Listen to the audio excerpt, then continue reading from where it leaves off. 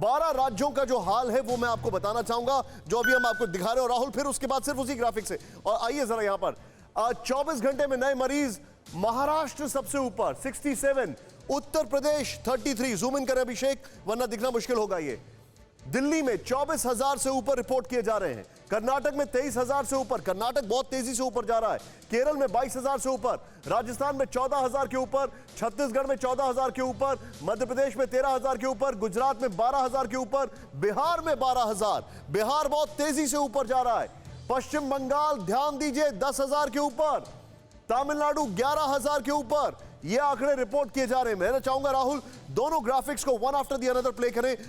Doctor श्रुति के पास में जाऊंगा। मैम, अब मेरा ये जो बड़ा सवाल है मैम, अभी ये जो पीक जारी है, हमारे दर्शक कब तक सचेत रहें, कब तक केयरफुल रहें, ये कब तक जाएगी?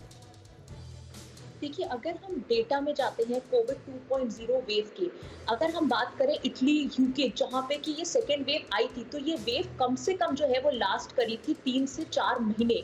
और अगर हम हिंदुस्तान की बात करें तो हमारा जो ये वायरस 2.0 था, जो सेकेंड वेव आई है, वो 8 मार्च से इसमें धीरे धीरे केसेस बढ़ने शुरू हुए हैं।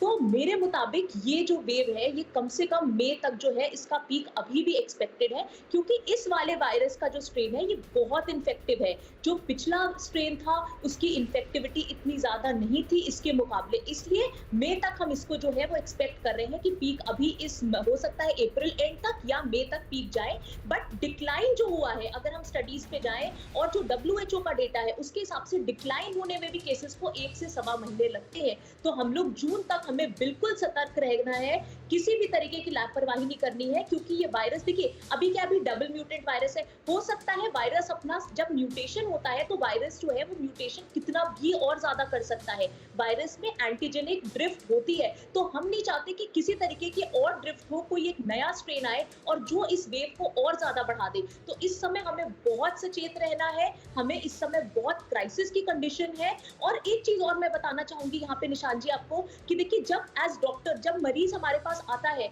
हमारे पास वो कभी ये नहीं आता कि ऑक्सीजन सरकार से आ रही है, स्टेट से आ रही है, सेंट्रल से आ रही है। वो ये आता है कि मैं मर रहा हूँ, मुझे ऑक्सीजन लगाओ, मेरे को ये दवाई लगाओ। तो मैं ये चाहती हूँ कि हम लोग को थोड़ा सा एपॉलिटिकल होकर इस समय ये देखना है कि ज्यादा से ज्यादा हम प्रोडक्शन इन चीजों का अस्पतालों में कराएं, सो दैट हम, और क्योंकि देखिए जो आप जो बता रही हैं, आपने जो बताया है आंकड़ा कि जून तक ये मामला कम होगा।